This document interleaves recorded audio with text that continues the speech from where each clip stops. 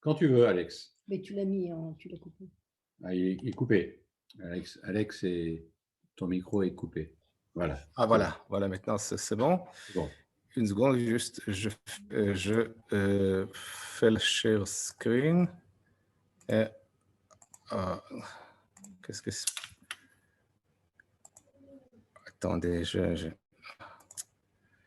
y a quelque chose. Qu'est-ce que c'est? J'arrive pas à faire. Ah, une seconde, voilà.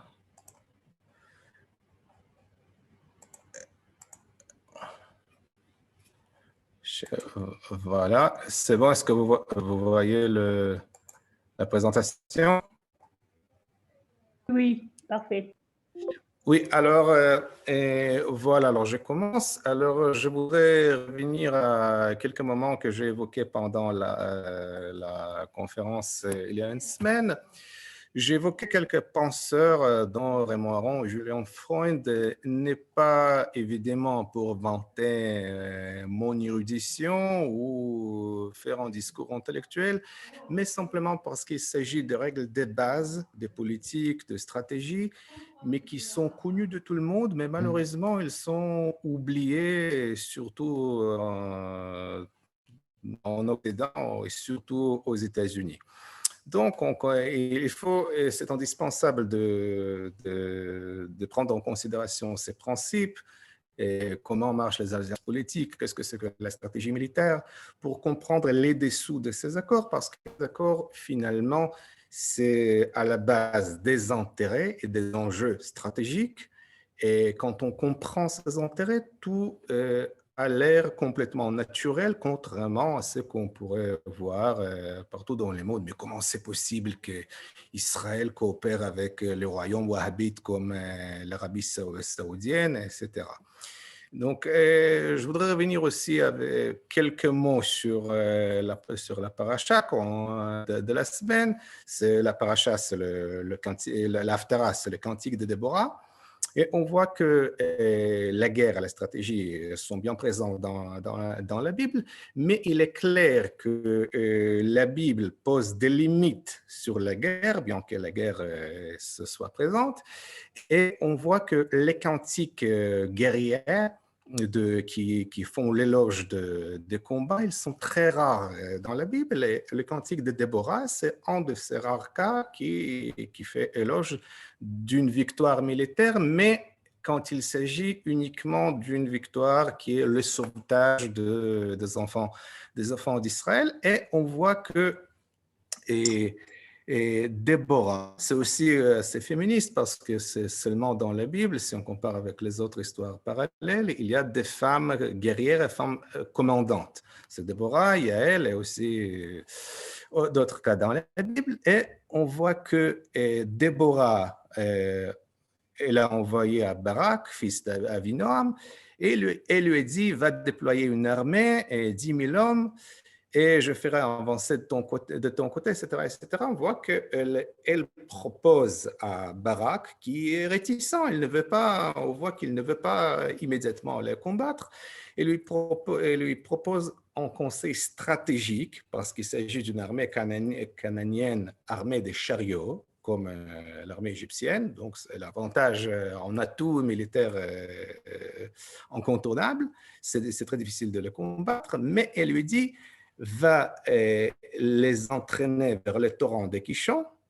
Et après, voilà, on va voir qu'est-ce qu'il arrive. Et le cantique de Déborah est d'un côté des cris comme de haut du ciel. On a combattu depuis leur parcours. Les étoiles ont combattu contre l'armée de Yavin. Mais finalement, c'est quoi? Finalement, c'est le torrent du Kishon qui les a entraînés. L'armée cananéenne s'est envoyée dans les boues, elle n'a pas pu bouger. Voilà, c'est une utilisation tactique et stratégique d'un avantage topographique. Et après, elle dit que elle, la femme les Kenyans, soit bénie parmi les femmes, etc., etc. On voit déjà, il y a une utilisation sage par la femme qui est juge. Aussi, il faut mentionner que juge shofet en hébreu, ce n'est pas le juge de tribunal dans le livre des juges, mais c'est comme en arabe, hakim, c'est à la fois juge et dirigeant gouverneur, c'est-à-dire Déborah, les juges, il gouvernait les Israélites. Ce n'était pas le juge de justice de tribunal, mais peut-être aussi, oui. Et un autre principe très important est les alliances politiques à travers l'histoire se lient toujours à la base des intérêts et buts communs, tandis que ces derniers ne sont jamais éternels. C'est-à-dire, peut-être que l'allié d'aujourd'hui va devenir le rival de demain et vice-versa. Et c'est la France, la fille aînée de l'Église, qui a donné le premier exemple de l'entente d'une entente basée sur les intérêts nationaux et pas sur la religion, parce qu'avant en Europe, les guerres étaient très souvent religieuses, c'était impensable, mais c'était l'entente du roi très chrétien de France, François Ier, avec les grands Turcs. On voit ici les dessins, la rencontre du François Ier avec Suleiman, le sultan ottoman. Et à droite, ce sont, si quelqu'un devine qu'est-ce que c'est, ce sont les bateaux turcs qui ont passé par Toulon, par les ports de Toulon, et ont hiverné en France. Voilà ce qu'écrit loger le sieur Barberousse envoyé au roi par les grands Turcs avec son armée turque et ses grands seigneurs au nombre de 30 000 combattants pour les Verts dans ces villes et port de Toulon pour le logement de la dite armée ainsi que pour le bien-être de toute sa côte. Il ne sera pas possible pour les habitants de Toulon de rester et se mêler à la nation turque à cause des difficultés qui pourraient se présenter. Finalement, il s'agit de quoi? Il s'agit d'une alliance stratégique de France catholique contre les Habsbourg, la dynastie habsbourgienne, très catholique aussi. Donc, tout est logique, tout est historique et il n'y a rien d'étonnant. Et la Seconde Guerre mondiale, c'est aussi un grand problème, surtout chez les Américains, quand on évoque les droits de l'homme, l'alliance des valeurs, etc. La Seconde Guerre mondiale, cette photo, c'est la conférence Yalta de Roosevelt, Churchill et Staline, qui se sont mis d'accord à partager l'Europe après la guerre. Mais l'alliance sacrée entre l'Angleterre, la Grande-Bretagne et les États-Unis était justement l'alliance basée sur les valeurs, sur la langue, mais la Seconde Guerre mondiale, c'est plutôt l'exception qui confirme la règle. Et aussi, il faut se souvenir que les États-Unis ne sont pas entrés dans la Seconde Guerre mondiale pour arrêter la Shoah, mais pour arriver en Europe avant que les Russes le fassent. Et finalement, les dessous des accords d'Abraham, il faut mentionner toujours et avant tout le rôle du Mossad. Même sur la France Culture, on a évoqué le rôle du Mossad, et notamment le chef du Mossad, Yossi Cohen, qui a piloté ces projets de diplomatie secrète et de l'approchement avec les États arabes, parce que au Mossad, il existait toujours un département qui chargeait au montant. Pardon, sans problème. Alors, et il a visité à maintes reprises les Émirats, l'Arabie saoudite, tous les États possibles et impossibles aussi. Et on dit que Yossi Cohen a des amis partout dans le monde, sauf l'Iran et Gaza. Alors c'est lui qui a été en charge de ces comptes, les comptes préliminaires avant de rétablir les relations de façon officielle, et qui est Yossi Cohen. Yossi Cohen qu'on voit toujours avec le Premier ministre. Il est religieux, il donne des leçons de Torah même à Modine, mais il ne porte jamais la kippa, mais en principe, il est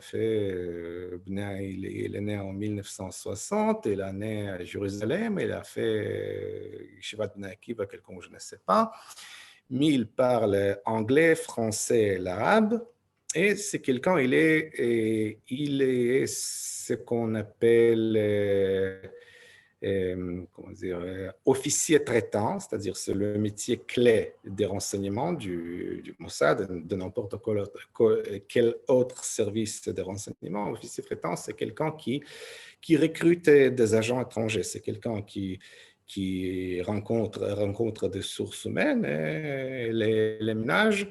Et pour le faire, il faut être très convaincant, charmant, c'est qu'il est. C'est pour cette raison qu'on le voit toujours à côté du Premier ministre à toutes les occasions. Et donc, voilà, ces accords sont lancés.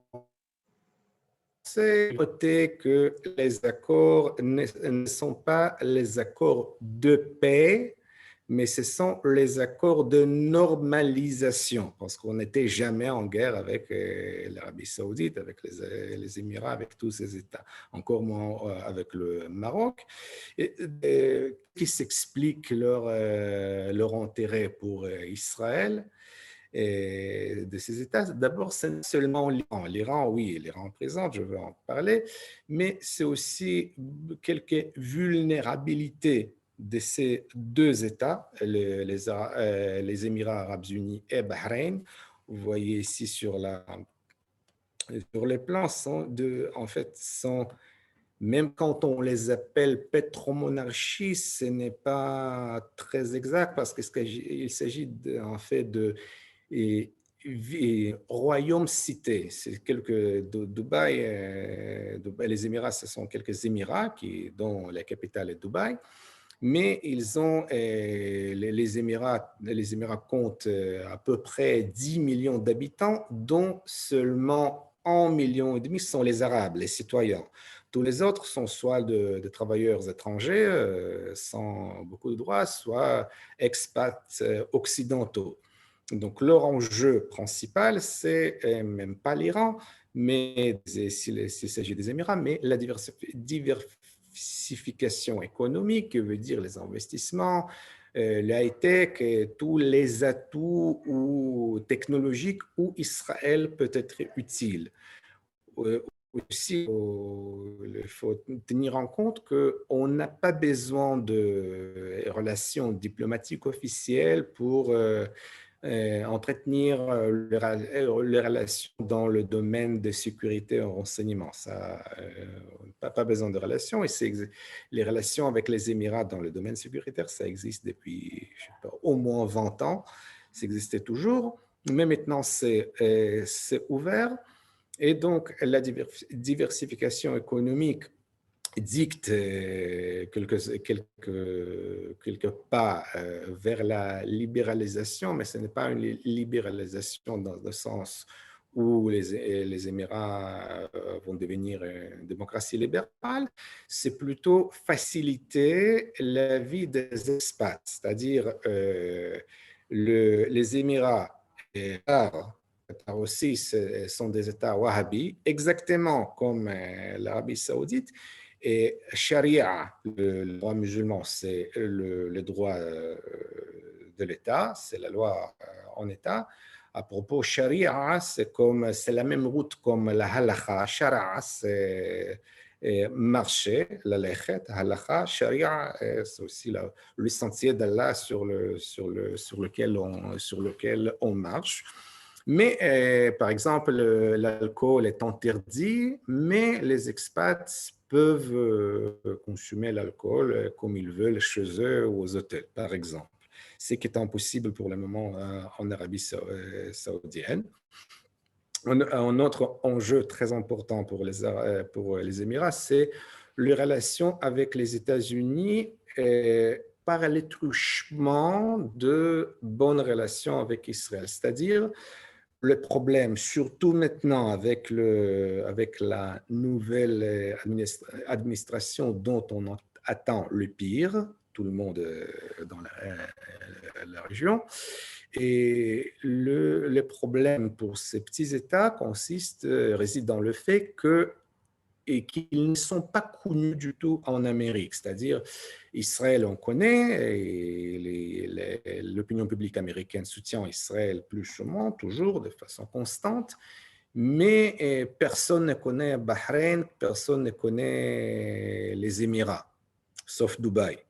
Donc, le but, c'est améliorer leur image making, c'est comme en anglais, les relations publiques, et aussi embellir leur image, représenter en islam modéré et tolérant. C'est pour cette raison, ce n'est pas un mensonge, c'est vraiment ce qu'ils font, ce qu'ils sont en train de faire. Il y a quelques-unes synagogues à Dubaï, il y a même prochainement, peut-être il y aura le grand rabbin de Dubaï, je ne sais pas, mais c'est très important pour eux et pour Bahreïn aussi de souligner le fait que le judaïsme et les juifs peuvent mener une ville tranquille à ces États. Maintenant, il y a beaucoup d'hôtels cachers à Dubaï, je ne sais pas si beaucoup, mais déjà ça existe. Et voilà, c'est l'image d'islam. Et l'Iran, c'est aussi pose un problème, mais l'Iran se pose différemment par rapport à quelques États arabes. Pour les Émirats, l'Iran n'est pas l'ennemi juré comme il est pour l'Arabie saoudite, mais c'est un rival qui, parce que Dubaï, si vous voyez ici, il y a deux petites îles que l'Iran occupe, ou l'autre île que l'Iran prétend que cela lui appartient, et les Émirats simplement dit ont peur de la République islamique, et pas raison. Mais l'autre côté, l'élite d'affaires iranienne habite à Dubaï et dans les Émirats. Donc, si les Iraniens vont faire quelque chose dans la région, ce n'est pas à Dubaï ou dans les Émirats qu'ils vont le faire à cause de grandes importance économique des Émirats pour l'Iran même. Mais c'est une autre histoire pour Bahreïn, parce que Bahreïn, la majorité de la population bahreïnie est chiite, qui n'est que la dynastie de Bahreïn est sunnite, elle opprime les chiites, on peut dire, mais par les chiites, il y a aussi pas mal d'influences iraniennes que l'Iran utilise, et surtout l'Iran prétend que Bahreïn n'est pas un État indépendant, mais en fait Bahreïn c'est une province iranienne, donc c'est ça qui fait peur à Bahreïn, sauf que le Sixth Fleet, la sixième flotte américaine, aussi hébergée à Bahreïn. C'est aussi un atout de défense pour ce petit pays, mais Bahreïn est vraiment petit, il n'est pas capable de se défendre tout seul. Et n'est pas que Israël peut défendre ces pays d'une invasion iranienne, mais Israël peut aider. Il faut, ce qui est en train de se passer actuellement, maintenant, après suite à l'élection de Biden, on consolide les efforts, parce que si on se sent abandonné par l'Amérique, alors il faut travailler en coopération commune pour contourner la menace iranienne. Et déjà, si vous avez entendu que beaucoup d'Israéliens, de très nombreux Israéliens ont déjà visité visiter Dubaï. Voilà, le résultat, c'est l'échange commercial entre les Émirats et Israël seulement pendant quelques mois. Il s'agit déjà de quelques centaines de millions de dollars. Et exportation. Alors déjà, on voit les résultats. Et par exemple, beaucoup les Israéliens qui ont visité Dubaï ont sauvé la saison touristique parce qu'à cause de Covid, il n'y avait pas de touristes, sauf les Israéliens qui sont arrivés. Et bien sûr, il y a parmi les Israéliens qui voyagent à Dubaï, il y a énormément d'Israéliens arabes qui aussi ont plaisir d'aller à Dubaï. Et pour les Émiratis, c'est aussi confortable parce que aussi les Juifs comme les Arabes ne cherchent pas l'alcool, alors c'est plus facile pour eux sur le plan religieux et qu'en général, et ils comprennent qu'Israël est une société moderne mais traditionnaliste, alors ça marche très bien avec eux. Et après le Maroc, si vous voyez la délégation américaine-israélienne de Bernard Kouchner, Avi Berkovitch et Meir Ben Shabbat, avec Sa Majesté Mohammed Sadis, le Mohammed VIe, le roi du Maroc. Et c'est une délégation américaine et israélienne, mais en fait, ça a l'air d'une délégation Ashkenaz-Farad chez le roi du Maroc. Meir Ben Shabbat, il a tenu un discours en arabe, littéraire en arabe marocain Darja, parce que Meir Ben Shabbat, c'est le conseiller de sécurité nationale. Et avant, il était le chef du district sud de la service de sécurité, de la Sûreté générale, le Shabak. Il parle parfaitement arabe, il est aussi religieux, il est frère, il est à l'origine il est né à Dimona, dans une famille de 14 enfants. Et Meir Ben Shabbat, il a monté sur toute l'échelle de sécurité. Il est chargé toujours aussi non seulement de missions sécuritaires, mais aussi de missions de ce genre de diplomatie publique. Et c'est très important parce que lui aussi, il est aussi ressortissant marocain. C'est que les journaux marocains, évidemment, ont remarqué. Et une petite pause musicale, c'est une chanson de Salim Halali. Salim Halali, c'était un chanteur juif algérien marocain qui était aussi une personnalité très contradictoire et tragique parce qu'il était homosexuel qui chantait l'amour des femmes, il était milité pour la lutte arabe et la cause palestinienne, mais il a visité Israël à maintes reprises.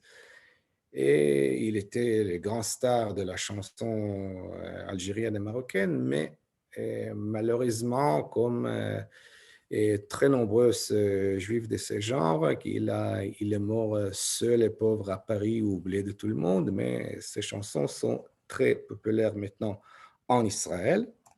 Et juste 10 secondes. Est-ce que vous entendez les sons? Oui.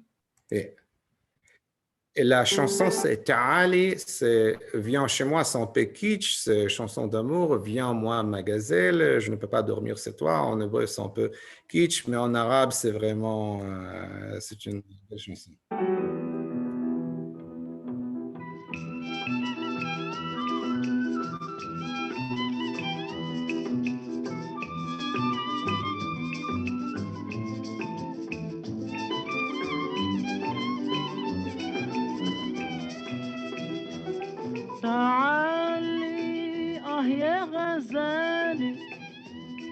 تعالي اسمي عقبالي يا زهوة بالي غيرك ما يحلالي تعالي تعالي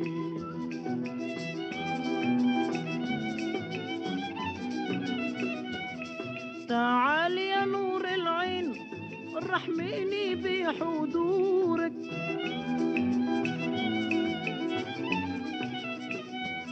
نمشوا سوا الاتنين تعالي ايدي لايدك نمشوا سوا الاتنين تعالي ايدي لايدك تعالي يا غزالي تعالي اسمي عقبالي يا زهوة بالي غيرك ما يحلالي تعالي تعالي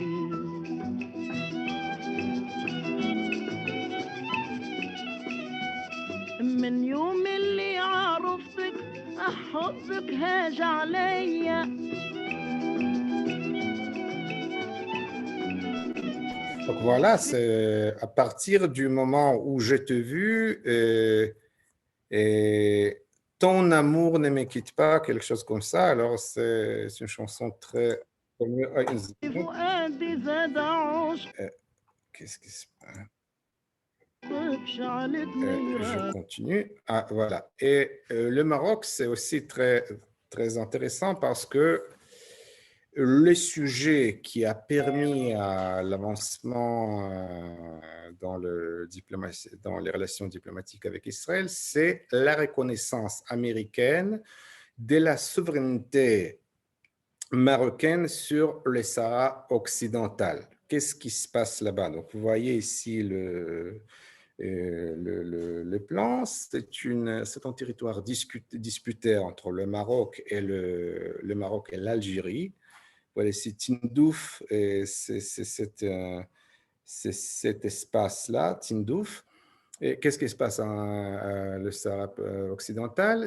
Il y a là-bas un front Polisario qui est une guérilla marxiste-terroriste, c'est une guérilla bédouine, elle est marxiste, pas islamiste marxiste, c'était l'Union soviétique soutenait le Front Polisario dans les années 80, jusqu'à les années 80, et maintenant c'est l'Algérie qui soutient ces mouvements terroristes et l'utilise comme un levier de pression sur le Maroc.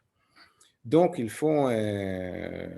attaquent l'armée marocaine, la police marocaine, aussi les fonctionnaires, la fonction publique marocaine au Sahara, et les habitants des Sahara, ils sont soit algériens, soit marocains, c'est-à-dire c'est pas exactement comme les Palestiniens, parce que les Palestiniens aussi ont une nationalité palestinienne, les habitants de l'autonomie palestinienne, mais tous les Sahraouis, ils sont marocains. Et il y a aussi, ce n'est pas seulement un mouvement terroriste, il y a des camps de concentration, par exemple, au Sahara, et quelqu'un en Sahraoui qui critique ces mouvements libérateurs risque de se trouver dans un camp de concentration où personne ne sait où il disparaît, mais jusqu'à maintenant, le Maroc n'a pas réussi à résoudre ces différends avec l'Algérie, simplement parce que l'Algérie veut maintenir ce dossier, et l'Algérie s'oppose à toute négociation parce qu'elle veut maintenir les moyens de pression sur le Maroc, mais tandis que tous les États arabes, y compris bien sûr les Émirats, l'Arabie saoudite, l'Égypte, tout le monde soutient la position marocaine. Et jusqu'à maintenant, c'était impossible, mais étant donné que l'Amérique a reconnu la souveraineté marocaine, donc cela a changé la donne.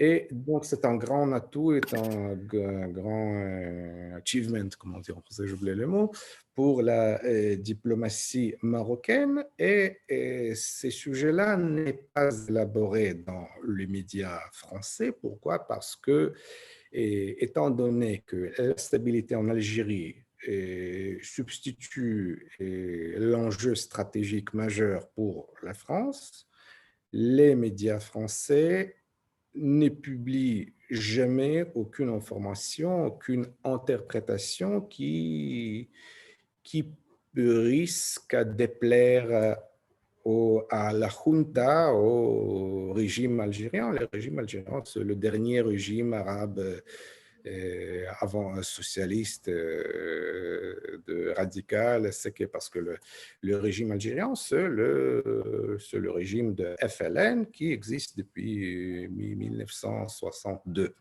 après les accords évians. Et donc, comme il ne faut pas agacer l'Algérie, on n'explique jamais exactement c'est quoi l'enjeu du Sahara occidental. Et on peut voir, par exemple, dans les médias français, des explications que Trump, qui a obéi le conseil du maléfique Netanyahou, il a bafoué les droits internationaux et imposé la souveraineté marocaine au lieu de résoudre le problème au moyen du droit international. Mais comme je expliquais il y a une semaine, le droit international, ça n'existait pas. Dans ces cas-là, il n'y a aucun droit international. On peut faire en principe un arbitrage, mais un arbitrage est possible à condition que les deux côtés, deux parties, soient d'accord. Et dans ces cas-là, l'Algérie n'est pas d'accord.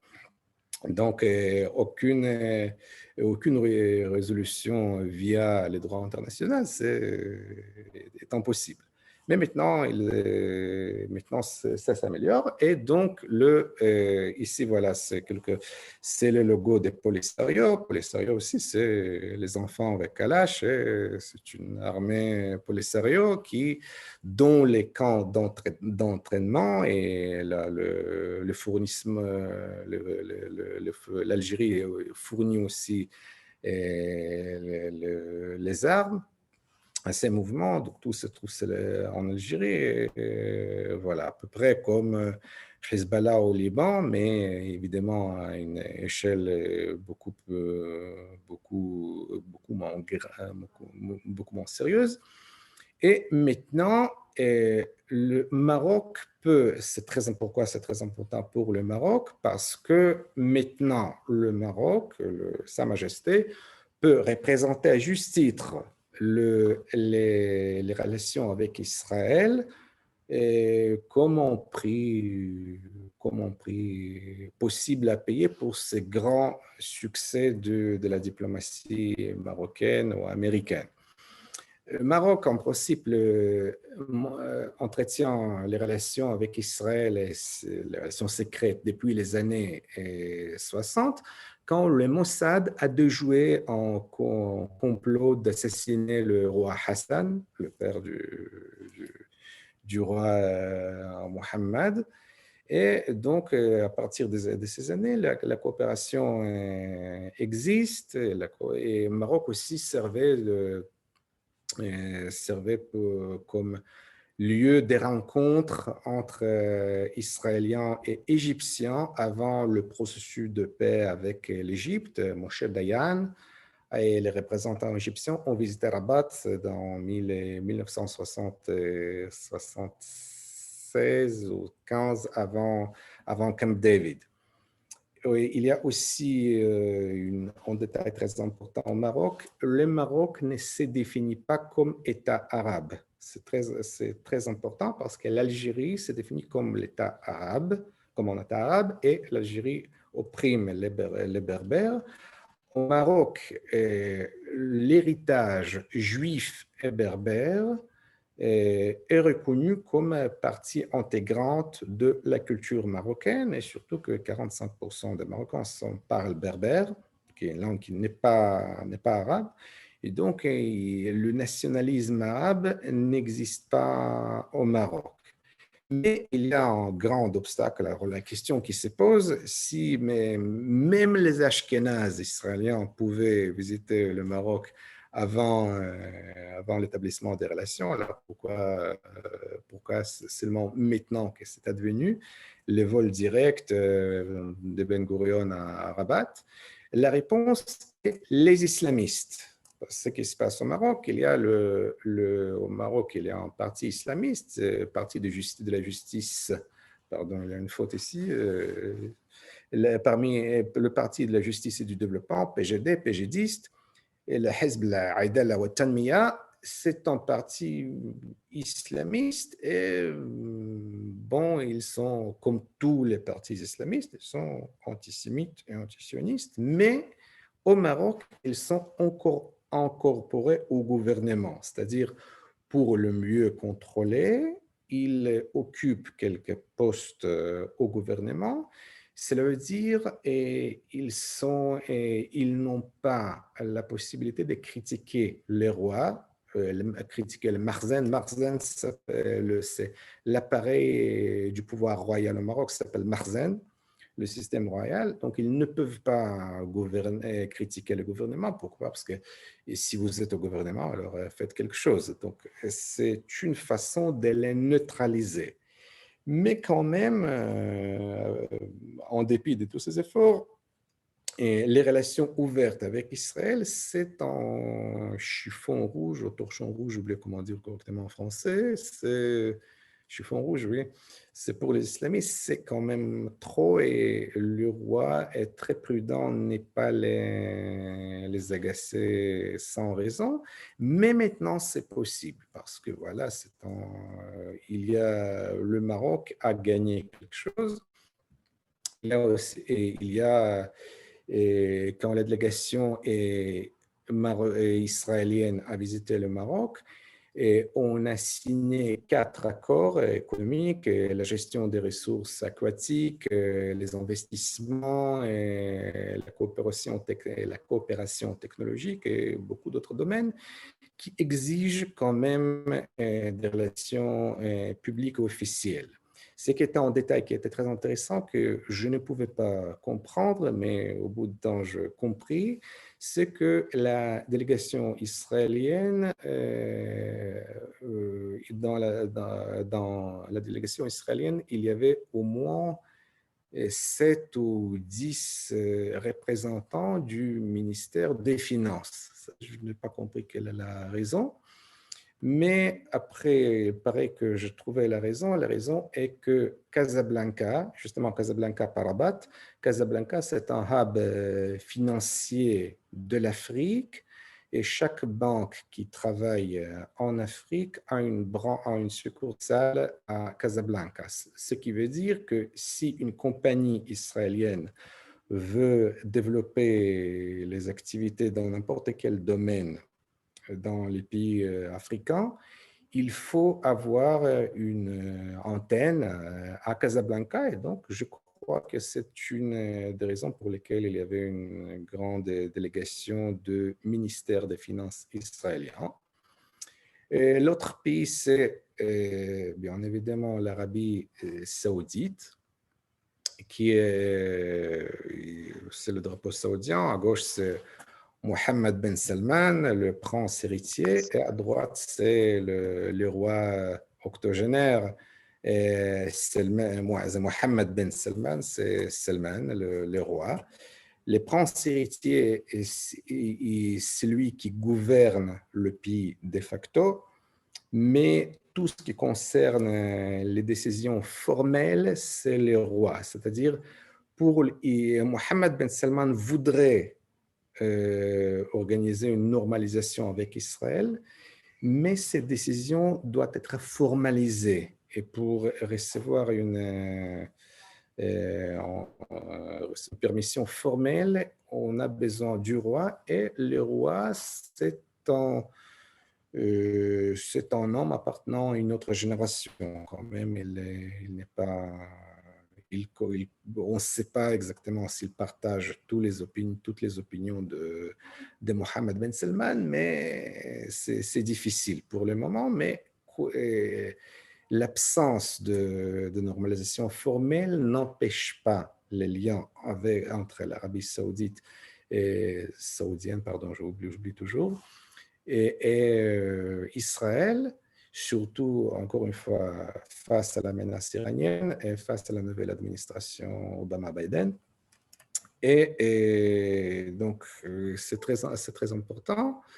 Et surtout que Netanyahu et Yossi Cohen ont visité Jeddah il y a quelques mois, en Arabie Saoudite aussi, pour coordonner les efforts contre l'Iran. Mais l'Arabie Saoudite est très différente de tous les autres pays que je mentionnais. D'abord, c'est un grand pays.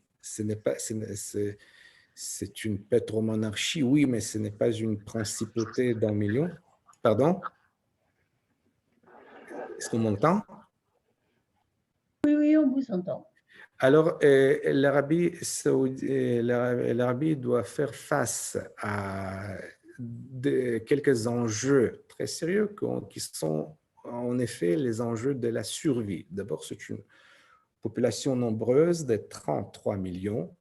Donc, l'Arabie a besoin de diversification économique parce que c'est une population qui n'a pas l'habitude de travailler. Et ce que le prince veut faire, c'est accoutumer la population à travailler. Ce n'est pas facile. Parce qu'avant, il y avait des travailleurs étrangers, mais maintenant, suite à la chute de prix du pétrole, l'État ne peut pas partager les richesses comme elle les faisait auparavant. Ce que peuvent faire pour le moment les autres pétromonarchies, comme les Émirats, les Qatar, parce qu'ils sont petits, donc il y a assez pour tout le monde, mais pas en Arabie, pas en Arabie, c'est très difficile. Donc, il y a le prince a lancé il y a quelques ans et le projet majeur, on dit mégalomane, mais ce n'est pas précis, ça s'appelle Vision de 2030, qui veut dire modernisation et non libéralisation. Ça aussi, un des problèmes principaux de l'Arabie en Europe, en Amérique, c'est que les journalistes libéraux, majoritairement, mais pas seulement, en Occident, attribuent au prince héritier les intentions qu'il n'a jamais prononcées. Ça s'appelle en anglais strawman argument, c'est-à-dire quand on ne peut pas réfuter l'argument de l'opponent, alors on lui attribue une affirmation qu'il n'a jamais prononcée. Donc, le prince n'a jamais promis libéralisation. C'est faux. On dit toujours, mais comment, ah, voilà, le projet ne marche pas, le prince a promis la libéralisation et oui, on met en prison les femmes qui veulent conduire. Donc, la France n'a jamais promis aucune libéralisation. Ce qui se passe en Arabie, c'est le prince comprend qu'il faut diversifier l'économie, il faut la moderniser. Pour moderniser l'économie, il faut entreprendre quelques pas. Par exemple, les femmes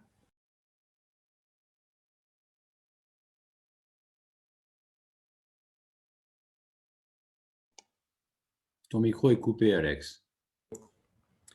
Donc, je dis que le prince a entamé le processus de modernisation du marché de travail, pas libéralisation politique, mais pour que cette modernisation du travail soit achevée, il faut faire quelques pas qui sont dans la direction de libéralisation. Libéralisation, par exemple, les femmes doivent avoir la possibilité de travailler, ce qui commence.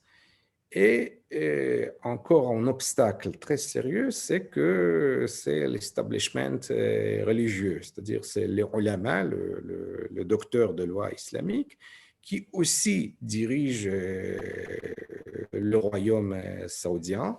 C'est-à-dire le royaume saoudien est né dans le XVIIIe siècle, avant la rencontre de l'Arabie avec la civilisation occidentale. Donc ce n'est pas intégrisme, c'est conservatisme. Je vais en revenir.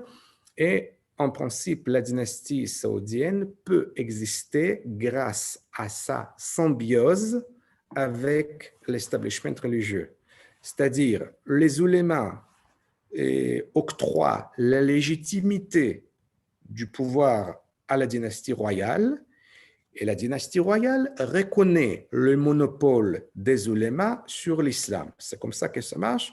Et donc, les princes a la carte blanche d'agir dans les intérêts de l'Arabie, du royaume, et selon ce qu'on appelle en arabe maslaha, l'intérêt de l'islam, c'est-à-dire si l'intérêt de l'islam oblige la coopération avec les Juifs, avec Israël, donc c'est l'intérêt de l'islam, il faut le faire. Donc, il a la permission ilkhatique, chariatique de le faire, mais il est en prêt à payer. Le prêt à payer que le prince doit prendre en considération les intérêts d'establishment religieux en ce qui concerne la mise en œuvre de commandements de l'islam sur place en Arabie Saoudite. Qu'est-ce qu'on peut faire? Que la société saoudienne, elle est conservatrice. Quand on pose la question éternelle, et pourquoi vous vous occupez des droits de l'homme en Iran, vous ne vous occupez pas des droits de l'homme en Arabie? La réponse est très simple, parce que l'Iran, c'est une dictature moderne où le diktat religieux est imposé par les régimes d'en bas. Si on avait fait une enquête en Iran, alors à peu près 70% des Iraniens auraient choisi de vivre en démocratie sans régime religieux, sans religion officialisée. Tandis que la situation en Arabie est tout à fait différente. C'est la population saoudite. À Riyad, elle est la plus conservatrice. À Jeddah, elle est plus ouverte, mais c'est l'avis que la majorité des musulmans saoudiens préfèrent pour eux. Ce n'est pas quelque chose que le prince, tel autre prince, peut juste enlever ou annuler selon le désir libéral américain. Ça ne se fait pas.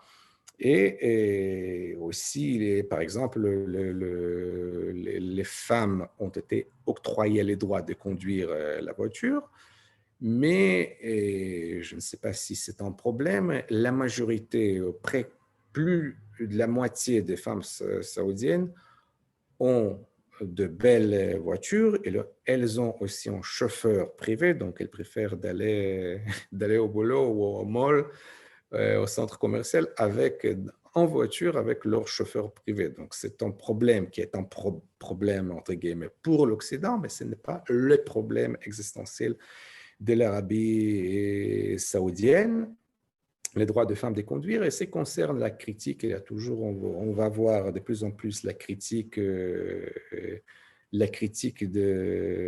l'Arabie et du prince en Amérique, et contre il n'y a pas de liberté de parole, les féministes n'ont pas tous leurs droits. La réponse est aussi très simple, c'est les critiques de l'Arabie saoudienne, s'ils ne sont pas islamistes, ils ont oublié qu'il y a une opposition en Arabie, mais cette opposition, elle est djihadiste, elle s'appelle Al-Qaïda. Al-Qaïda fait Jazira al-Arab, donc c'est ça l'opposition saoudite. Et aussi, les libéraux d'aujourd'hui en Amérique oublient trop souvent que la démocratie, les droits de l'homme et l'état de droit, ça ne peut pas exister à moitié. C'est-à-dire, on ne peut pas faire la liberté de parole, mais seulement pour les féministes et je sais pas, ou les poètes, mais la nier aux islamistes. Si est-ce qu'on veut vraiment avoir la liberté de parole d'Al-Qaïda en Arabie, je ne suis pas sûr. Et bien sûr, l'autre enjeu, c'est l'Iran. L'Iran, c'est vraiment une menace quotidienne sur la sécurité de l'Arabie. Comment ça se fait? C'est-à-dire pourquoi? Parce que l'Iran et les Houthis, les rebelles Houthis du Yémen, Ils reçoivent les missiles de précision et les drones suicides. Les drones suicides ne sont pas destinés pour faire des suicides de masse, des attaques suicides, mais un drone suicide, c'est un missile croisière qui détecte la radiation de radar et frappe, ça fait pour frapper de cibles technologiques comme des chars, des bateaux ou des avions, des systèmes antiaériens. C'est ça qui fait le drone suicide, c'est pas pour faire des attaques suicidaires contre les civils, mais ces drones, ce nouveau drone iranien et missiles iraniens, ils peuvent, les Houthis les tirent même sur Riyad, sur la capitale saoudienne, sur les installations stratégiques de la compagnie saoudienne Aramco, la compagnie pétrolière. Et il y a un an, les Iraniens ont tiré les drones et aussi les missiles sur une installation d'Aramco à Brek. C'est aussi à côté, au bord de la mer Rouge, à côté de Jeddah. Donc, ils ont causé une chute de production du crude saoudien en moitié, qui fait à peu près 5% de la production pétrolière globale. Donc, c'est une menace réelle et très sérieuse à laquelle l'Arabie saoudienne trouve difficile à faire face. Donc, il s'agit maintenant peut-être de leur vendre des systèmes israéliens comment ça s'appelle, Iron Dome, Kippat Barzel, pour se protéger des missiles. Mais en principe, l'Iran peut faire tout ce qu'il veut par procuration via Yémen contre l'Arabie saoudite. Alors, c'est aussi, maintenant, il y a encore un nouveau problème pour l'Arabie, c'est qu'il y a la critique contre la guerre au Yémen, mais c'est qu'on oublie toujours délibérément, pas délibérément en Europe, en Amérique, c'est que quand on critique les bombardements saoudiens du Yémen, oh là là, c'est terrible, oui, c'est terrible, mais ce qui se passe quand les villes saoudiennes sont bombardées par des drones et missiles iraniens. Tant que cela n'arrête pas, la guerre au Yémen va continuer. Aucun État dans le monde, sauf peut-être Israël, ne se mettra jamais d'accord que sa capitale et ses installations stratégiques soient ciblées de missiles, surtout les missiles iraniens. Donc, si les Américains veulent mettre fin à la guerre au Yémen, le seul moyen de le faire, c'est écarter la mainmise iranienne du Yémen et s'exalter contre la guerre au Yémen parce que c'est terrible. Oui, c'est terrible, mais c'est ça qui arrive. Et donc, il y a aussi l'autre enjeu qui est très important de comprendre, c'est quand on parle de tous ces pays, les pays arabes en général, les mondes arabes, ce sont aussi les enjeux de France et de l'Amérique, pas seulement d'Israël, c'est islamisme versus l'islam. C'est-à-dire, l'islamisme, c'est une exploitation politique de l'islam. Et il y a les mouvements islamistes, ils peuvent être violents ou moins violents, comme Al-Qaïda ou les frères musulmans. Ce n'est pas violent, mais après, je vais en venir. Il y a, comme je viens de mentionner, il y a la symbiose entre la dynastie royale et les ulémas en Saoudie. Il y a un organe gouvernemental en Arabie saoudite qui s'appelle Comité permanent des recherches islamiques et la délivrance des fatwas, dont les sites vous voyez à droite. C'est une institution qui fait, je ne sais pas, comme genre Moetzet Rachmei Torah en Israël, mais elle a vraiment une autorité juridique musulmane qui octroie la légitimité islamique, chariatique, à ce que fait le prince ou le gouvernement saoudien. Donc, il est issu en fatwa, en psak halakha, en verdict des droits qui dit que telle ou telle décision, elle est kasher halal. Par exemple, ce n'est pas nouveau, existait toujours. En 1979, les fanatiques aussi islamistes d'antan ont accaparé de Mecque et l'Arabie ne disposait pas de forces spéciales pour finir l'affaire et libérer le sanctuaire du Mecque. Donc, ils ont appelé le régiment du Gigne de gendarmerie française, mais il y avait un problème de charia parce que les koufars, les infidèles, n'ont pas le droit de marcher, d'arriver au lieu saint de Mecque. Donc, on a issu une fatwa permettant aux infidèles d'aller à Mecque pour sauver l'islam. Et aussi, il faut distinguer entre conservatisme et radicalisme. C'est très important. En quelques mesures, je dirais que les conservateurs saoudiens se ressemblent aux Haridis. Ce n'est pas pour dénigrer les uns ou les autres, ils sont comme les Haridis, ils sont comme les Wahhabites. C'est justement, c'est ça, parce que les Haridim en Israël ne sont pas une société idéologique.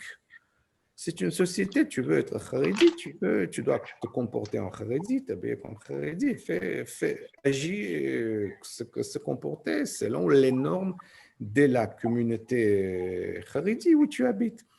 Le conservatisme saoudien, le conservatisme musulman en général, c'est à peu près la même chose. C'est l'islam respecte la vie privée, ce que tu fais à la maison, chez toi, n'intéresse personne, mais la vie publique, c'est ce qu'on appelle en hébreu, en Talmud, ça doit être musulman selon des normes spécifiques.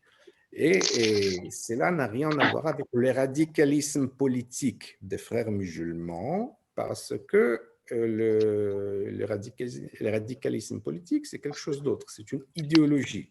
Et à cet égard, les frères musulmans sont beaucoup plus modérés, entre guillemets, les frères musulmans, comme les Iraniens aussi, qui très ressemblent, n'ont aucun problème avec les femmes qui conduisent les voitures. Les frères musulmans n'ont aucun problème avec les femmes qui même dirigent ou qui travaillent, à condition que ce soit, comment dire, tsanoua en français, chaste et halal, il n'y a aucun problème.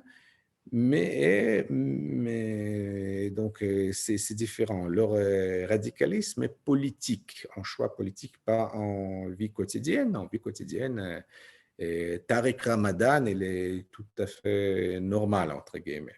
Il s'habille avec une cravate, et il ne s'habille pas comme un cheikh saoudien. Donc aussi, wahhabisme n'est pas, comme on les présente injustement en France, le wahhabisme existait toujours. Ce que je dis, le wahhabisme existait depuis le XVIIIe siècle, avant la rencontre avec la civilisation occidentale. Donc, ce n'est pas un fanatisme rétrograde ou quelque chose comme ça. C'est une école de droit musulman, une école de Hijaz locale, c'est une branche du droit hanbali. L'islam sunnite a 4 écoles, Hanafi, Maliki, Shafi ou Hanbali. Donc Hanbali, c'est en Mashriq, c'est en Orient musulman, en Arabie, c'est wahhabisme, oui, c'est strict, mais c'est quelque chose qui existait toujours. Ce n'est pas un fanatisme, intégrisme inventé délibérément contre l'Occident. Et il n'a rien à voir, et c'est en effet strict. Il vraiment déteste les chiites pour raisons théologiques, mais c'est surtout quand même, c'est vrai que les wahhabites lettrés, les cheikhs wahhabites qui s'occupent de messages wahhabites, ils détestent théologiquement les chiites, mais quand même l'ennemité de l'Arabie avec le régime iranien, elle est politique, et c'est le régime iranien qui l'a engendré. Et c'est très facile à prouver parce que le régime saoudien est le même régime qu'il existait avant 50 ans. beaucoup, la technologie a changé, mais la structure sociale et idéologique du régime saoudien demeure la même. Et avant la révolution islamique, les relations entre les régimes, c'est pas un régime, hein, c'est aussi important, ce n'est pas un régime, c'est une dynastie traditionnelle. Et les relations entre la dynastie saoudienne et le Shah de l'Iran étaient tout à fait normales. Donc, c'est la révolution islamiste iranienne qui a changé, qui a changé les relations, pas le wahhabisme. Et ce qui est très important pour nous, en tant que juifs, de comprendre que l'intégrisme et l'islamisme, les frères musulmans, et tous les mouvements islamistes, sans exception, et je suis prêt à l'expliquer et m'adresser devant n'importe qui et l'expliquer avec tous les détails, il n'y a pas de mouvement islamiste qui ne soit pas foncièrement antisémite et antisioniste, et avec antisioniste évidemment inébranlable. Donc c'est le fondateur, des intellectuels fondateurs des frères musulmans, Saïd Qutb, qui a été exécuté en Égypte en 62 par la dictature de Nasser. C'est qui a fondé les frères musulmans, c'était Hassan al-Banna. Il est mort c'était aussi assassiné en 48, mais Saïd Qutb, c'était le fondateur intellectuel qui a développé la pensée intégriste des frères musulmans. Il a écrit un de ses livres qui a été écrit en 48, c'est la couverture qui est nouvelle, c'est Ma'rakatuna ma'al Yahoud, notre combat contre les Juifs. Donc ce n'est pas que je traduis quelques chapitres de ces livres vers l'hébreu. Il n'y a pas que l'antisionisme en Palestine. Il y a bien évidemment la Palestine, etc. Mais il y a des citations nazies et ça crée un antisémitisme européen. Donc, c'est pas, et la pensée de Qutb, Saïd Qutb, est présente chez tous les islamistes sans exception. Elle n'est pas présente chez les conservateurs saoudiens du Golfe en général. Et donc, en général, c'est quoi le... Ah, pardon, quelques détails. Donc, c'est tous les mouvements islamistes, ils sont intrinsèquement anti-libéraux. Il y a un mouvement, disons, comme le mouvement Nahda en Tunisie, qui a accepté les règles de jeu démocratiques, mais aussi c'est grâce au fait qu'en Tunisie, une très grande partie de la population, elle est vraiment francisée et laïque. Mais ce n'est pas toute la Tunisie. La Tunisie du Sud n'a rien à voir avec les vies costales tunisiennes. Nahda, c'est peut-être l'exception, mais en principe, c'est toujours anti-libéral. Et par exemple, les frères musulmans en Égypte n'ont jamais condamné sans embâche les attaques terroristes contre les chrétiens coptes. Jamais. Ils disent toujours oui, mais les chrétiens se comportent de façon... Je n'ai jamais... Bien évidemment, ils justifient toujours les attaques suicides contre les Israéliens, et ça va sans dire. Mais ils sont modernes. Par exemple, ils sont contre la monarchie... en Arabie, ils prônent une république islamique comme en Iran, ou comme ça doit être, ils veulent les élections, mais le problème est que les élections qu'ils veulent, c'est très souvent une personne, une voix, une foi. Après, on n'est pas sûr. Donc, la démocratie qu'ils veulent, c'est toujours problématique. Et actuellement, les islamistes, les frères musulmans, mènent une guerre de propagande partout, en France, aux États-Unis, contre l'Égypte, contre l'Arabie saoudienne et surtout contre les Émirats. Pourquoi? Parce que ce qui est en train de se déjouer, c'est la lutte pour la primauté dans le monde musulman. D'un côté, c'est les Émirats, la Saoudie, et de l'autre côté, c'est Qatar, le vilain petit Qatar qui soutient les frères musulmans, soutient aussi l'Iran, parce que l'Iran, la stratégie de Qatar, c'est d'essayer des liens d'amitié avec tout le monde pour qu'on ne peut rien faire au Qatar. Mais voilà, les Émirats et les Saoudiens ne sont pas, ils rejettent la compréhension de l'islam des frères musulmans. Ils préfèrent leur version locale, tandis que, comme je mentionnais, que le Qatar, les Émirats sont aussi des wahhabites, comme les Saoudiens. Donc, ce qui prouve que le wahhabisme, dans ce contexte de relation avec l'Iran, Hamas, avec les frères musulmans, avec les autres islamistes, c'est une question de choix politique. Les Saoudiens, à cause de leurs intérêts politiques, ils luttent contre les frères musulmans, les Émirats aussi, parce qu'ils veulent un islam éclairé avec l'alcool pour les étrangers. Et Qatar sont le contraire. Ils sont aussi une pétromonarchie, c'est plutôt une monarchie de gaz, pas du pétrole. Mais ils préfèrent leur version de l'islam et leur émir aime, sympathise les frères musulmans, le Hamas et l'Iran. Et le problème que ces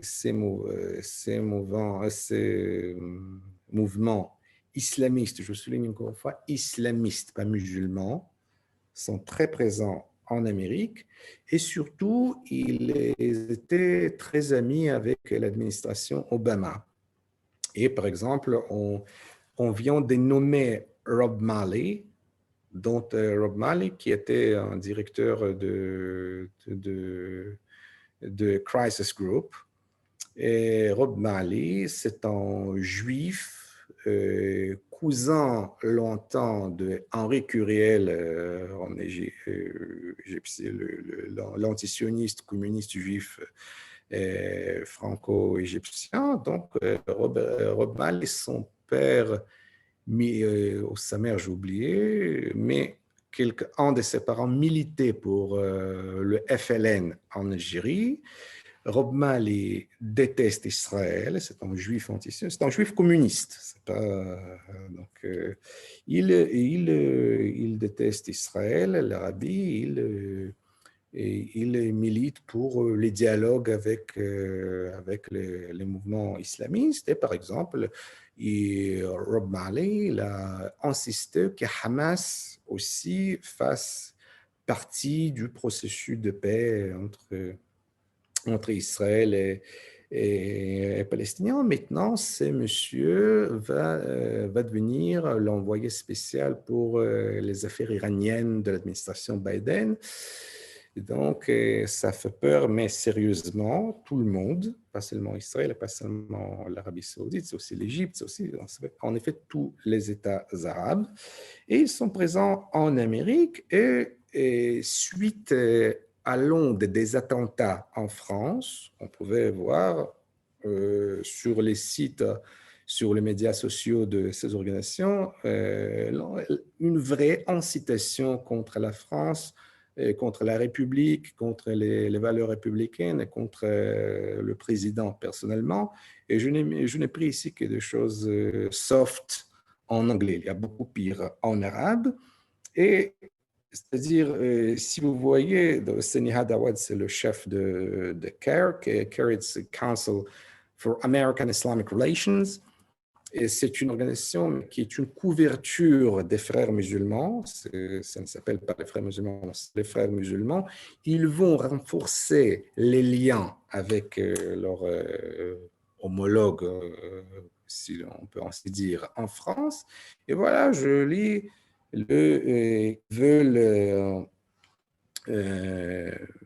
on veut faire une investigation du gouvernement français pour ces tentatives de limiter la liberté des religions en France de faire le racisme anti-musulman une politique officielle du gouvernement et punir collectivement la communauté musulmane pour les crimes de certains individus, c'est à droite, à gauche, voilà, à l'Occident, les religieuses raciales, les minorités religieuses et raciales sont toujours les canards dans les mines de charbon, et, tandis que aussi une falsification, il ne s'agissait que de juifs. C'est le contexte que les canaries dans les mines de charbon.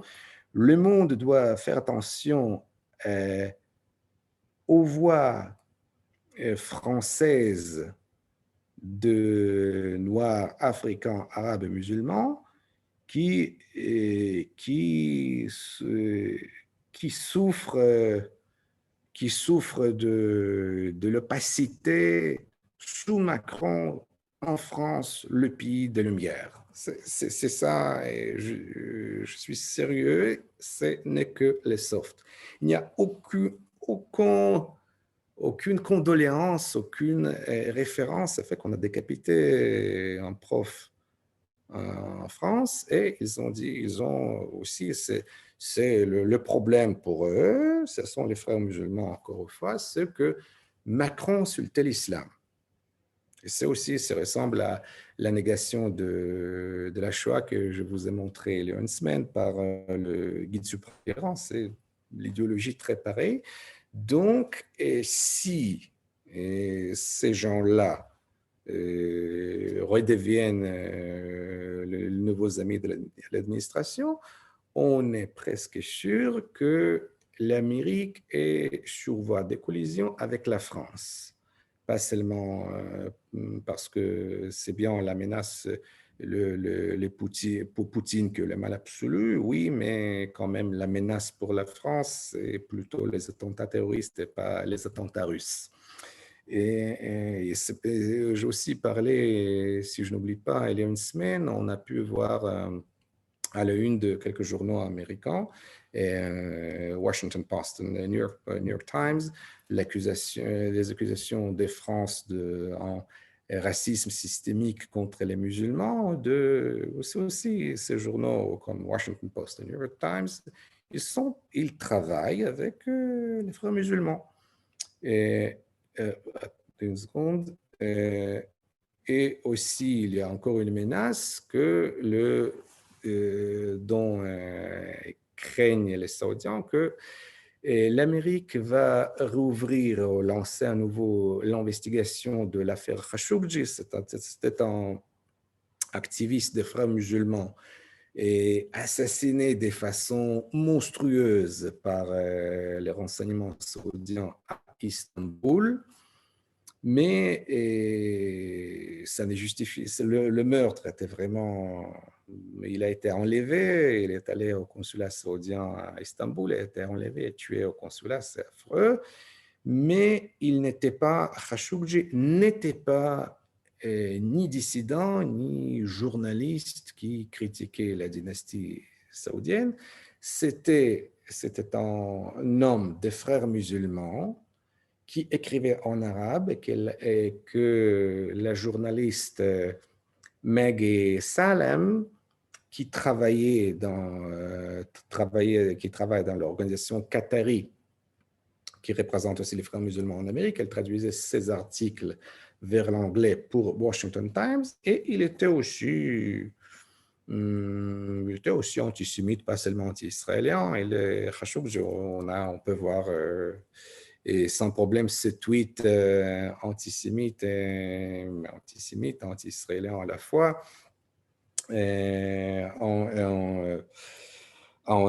sur le Twitter. Et donc, c'est quoi les problèmes quand on parle des droits de l'homme en Arabie Saoudite? Cette pression publique en Amérique est véhiculée et manipulée par les islamistes contre ces pays arabes.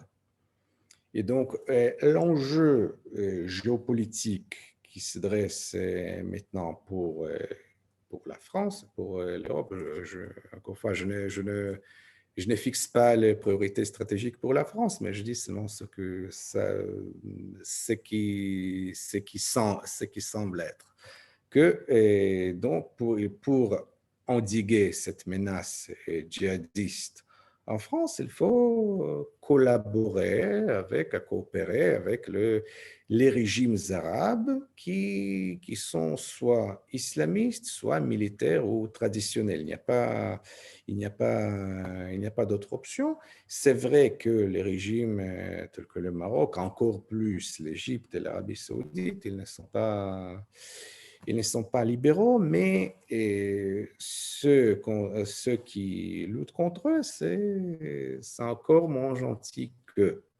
Il n'y a pas le choix en politique, c'est presque toujours entre mauvais et pire. Hein. Ce n'est pas étant donné que tous ces mouvements sont viscéralement antisémites, donc on n'a pas de choix. L'option, c'est l'Arabie saoudite, c'est l'Égypte, les Maroc, en fait, tous les Arabes qui existent toujours, parce que l'alternative est pire. Si ces gens-là arrivent au pouvoir, ça ne sera pas mieux, hein, parce que ce sera la même dictature, mais elle sera encore juste sauf toutes les autres choses, elle sera aussi idéologique. Et en général, je voudrais parler un peu sur les problèmes des pays autour de ces pays riches, pétroliers. C'est le Liban. À droite, vous avez, c'est une pub de piscine dans un quartier chic de Liban. Masbah Charlotte, la piscine, bienvenue à Piscine Charlotte en 1954. Et faites attention ici les dessins. Et si quelqu'un a une idée, qu'est-ce que cela veut dire le dessin de femme à droite en bas?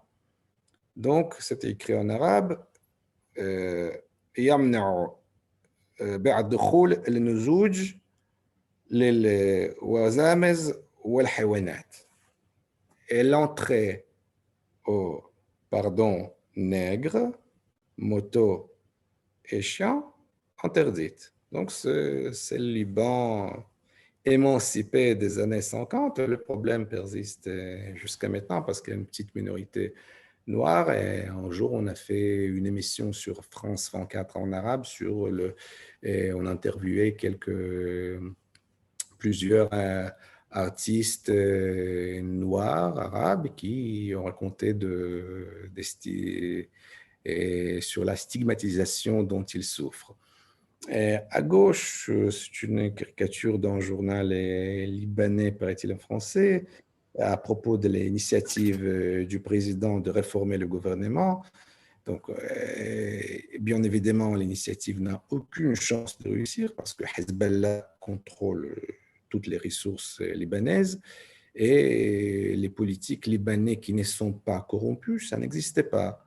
Non parce que les Libanais sont mauvais ou corrompus, mais justement parce que le Liban est né comme une entité clanique, confessionnelle et qui était toujours basée sur le barshish, sur ce qu'on appelle la corruption, parce que aucune autre forme de gouvernance n'existait pas et n'existe pas. Donc, c'est pas, on a beau parler de la jeunesse libanaise qui veut se libérer de confessionnalisme, qui veut une vie décente sans corruption, mais il y a la réalité. La réalité est que, voilà, si vous essayez d'être moins corrompu, on fait un effort, vous payez combien? Donc, le Liban, c'est aussi, les Liban s'appauvrit parce que aussi quand quand l'Amérique menace la Saoudie par l'arrêt on a déjà arrêté la vente des armes aux Arabies Saoudites ou par les droits de l'homme, c'est qui risque de créer une instabilité économique. C'est déjà un grand pays qui est très difficile à gérer, c'est 33 millions. Et l'instabilité économique en Arabie veut dire instabilité économique immédiate en Égypte, au Liban et dans les autres pays arabes pauvres qui dépendent des injonctions de liquide saoudiens. Donc, ce n'est pas que les Vous allez me Saoudiens. pardonner de vous interrompre. Je crois que votre exposé est passionnant. Je crois qu'on Ah pourrait oui, pardon. rester avec vous pendant des heures et y passer la nuit. Ah, pardon, On j'ai a oublié. un temps quand même limité et peut-être souhaitez-vous passer la parole au public qui, Oui, bien sûr, c'est pardon. Pardonnez-moi de vous avoir interrompu. Oui, pardon, oui, c'est... Si vous voulez bien, où il est Marc? Marc, tu reprends la main. Marc, tu n'as pas mis ton micro. Donc, merci Alex, merci Janine. Je suis désolé de... Alex, tu conclus peut-être en 2 minutes ton intervention pour ne pas rester sur une phrase non achevée. Et ensuite, on passe la parole au public pour poser des questions. On va se donner un petit quart d'heure pour dialoguer autour de tous les sujets que tu as évoqués. Alors, si tu veux bien terminer peut-être ton exposé et nous présenter ta conclusion. Non, voilà, c'est juste, c'est une aussi caricature drôle qui reflète toutes les relations très tendues entre les pays arabes pauvres en Afrique du Nord et les pays du Golfe riches, parce que c'est-à-dire c'était toujours le stéréotype que les Arabes des Golfe étaient perçus comme primitifs, qui ont leurs chameaux et leurs tentes de bédouines, mais ils ont la manne pétrolière, tandis que Beyrouth, c'était le centre culturel du monde arabe, le Maroc, l'Algérie. Mais maintenant, la situation est complètement renversée. Ici, on voit un sauvage qui dit en arabe du Golfe, au fond de gratte-ciel, vous, espèce des pauvres pieds nus, et vous avez des chameaux, tandis que nous, vous avons développé. Merci Alex. Alors, s'il y a des questions, vous pouvez reprendre le micro, lever la main.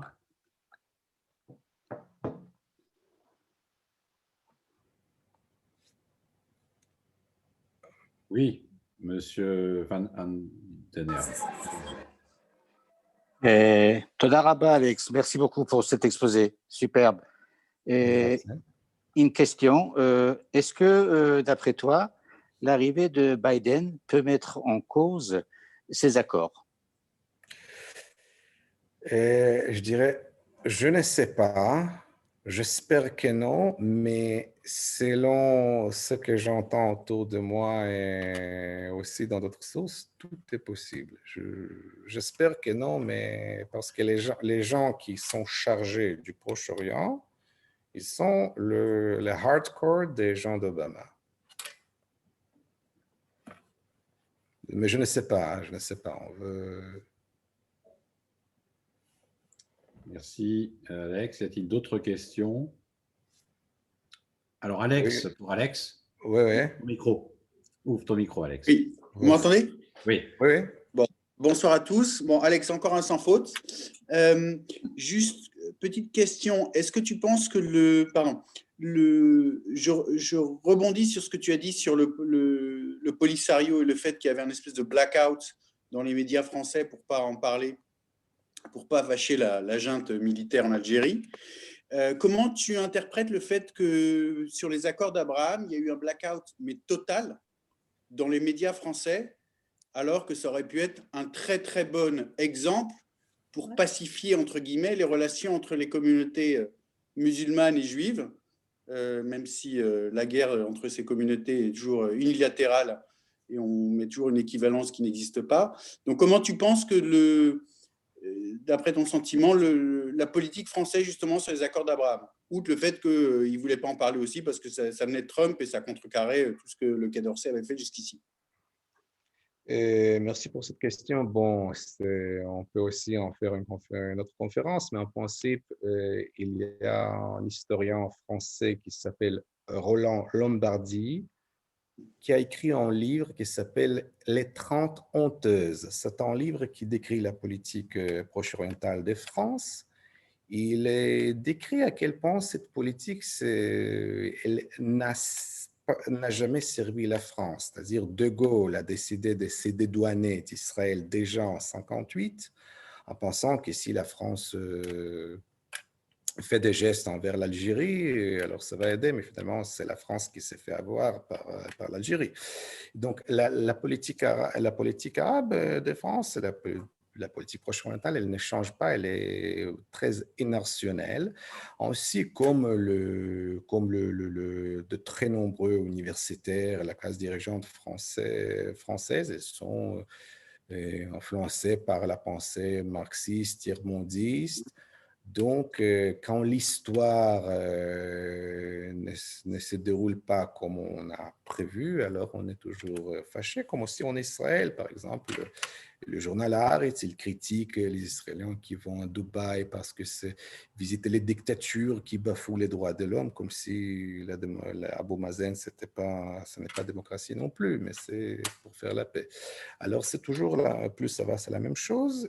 Et c'est aussi ce qui est grave, que cette vision marxisante, tiers-mondiste, c'est elle qui représente le monde arabe musulman comme un monde monolithe qui déteste l'Occident, qui déteste Israël. Non, ce n'est pas vrai. On déteste l'islam n'est pas monochromatique, c'est une civilisation, il a tout ce qu'on veut. Dans chaque religion, on peut trouver ce qu'on veut à condition de vouloir l'interpréter.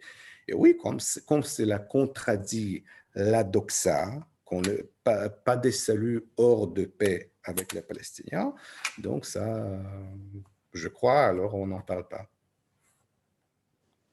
Merci. C'est pas vrai, hein, c'est pas vrai. On a parlé dans la presse française, on a parlé des accords d'Abraham. Hein. Je suis pas du tout d'accord avec toi, Alex Lévy. C'est pas vrai, c'est absolument pas vrai. Moi, je lis le journal tous les jours, je regrette. On en a parlé.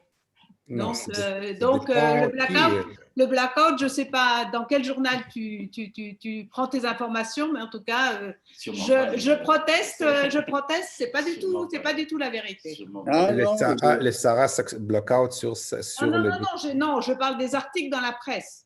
Ah, sur le Sahara occidental, ça c'était… Sur le Sahara et sur les Émirats.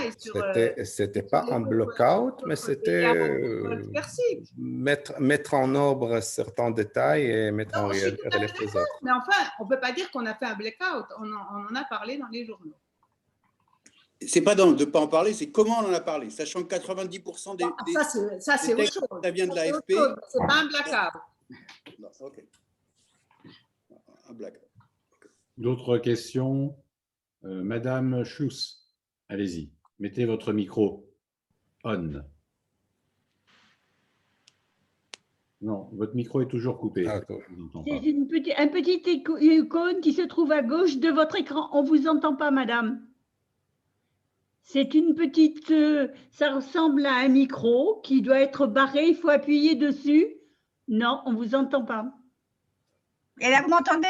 Oui, allez-y. Bon, merci beaucoup, monsieur, pour votre exposé, très intéressant. Je voulais savoir si les élections israéliennes vont maintenir ces accords ou pas, parce que les élections israéliennes, je crois que oui, aucun problème. C'est-à-dire, on a signé les accords, alors les accords ne changent pas, les accords signés ne changent pas avec les élections. Il n'y a personne en Israël qui est contre ces accords, alors il n'y a aucune raison que cela change. Très bien, je vous remercie. Et je voulais savoir, j'ai entendu, d'après une conférence que j'ai suivie, qu'il y avait énormément d'investissements de la part de l'Arabie Saoudite. Ils ont acheté des appartements à Tel Aviv, ils ont acheté pas mal de choses, les Chinois également. Est-ce que c'est vérifié? Est-ce que c'est grâce à ces accords qui vont être signés? Est-ce que c'est… est-ce que vous êtes au courant? Voilà. Je ne sais pas, je sais seulement qu'un cheikh émirati a voulu acheter une équipe de foot en Israël, mais bon, franchement, moi et le foot, bien que je sois nul en foot, je crois qu'acheter une équipe israélienne, c'est pas, c'est pas Non, tellement moi, intéressant. j'ai entendu parler des appartements à Tel Aviv, des investissements dans l'immobilier, des investissements, les Chinois. Peut-être, c'est possible. Les Chinois ont investi aussi dans l'utilisation des ports, tout ça. Alors, je voulais savoir si vous étiez au courant. Voilà, c'était ma question. Peut-être, je ne sais pas. Mais c'est bien D'accord. possible. Très bien, oui. Merci. D'autres Merci questions? beaucoup.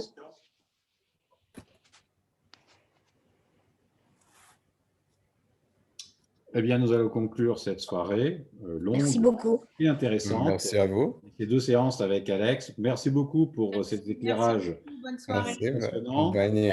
Et je vous Est-ce souhaite que je peux poser une question à Alex? Oui, bien sûr. une dernière question, Gilbert. Alex, est-ce qu'on peut considérer pour les États-Unis que finalement le monde, le centre du monde pour eux est le Pacifique et l'Asie, et donc le Moyen-Orient, leur intérêt objectif pourrait être que les choses restent en l'état, qu'il n'y ait pas de conflit ni d'un côté ni de l'autre?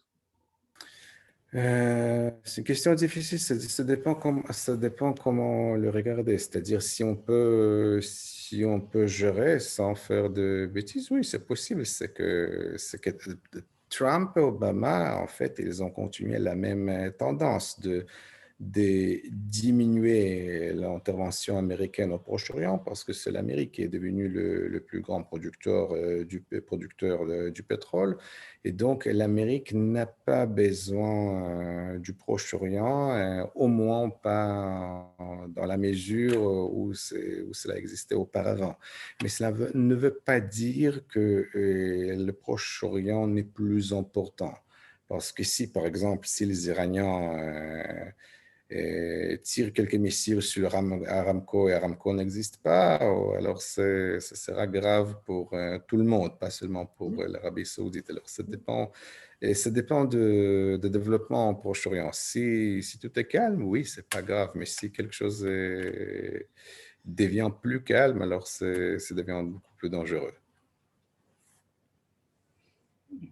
Bien, et bien cette fois, on conclut. Merci à tous. Bonne soirée. Merci. Merci beaucoup. Sur notre site. Merci, bonne soirée. Bonsoir. Merci. Bonsoir. Merci beaucoup.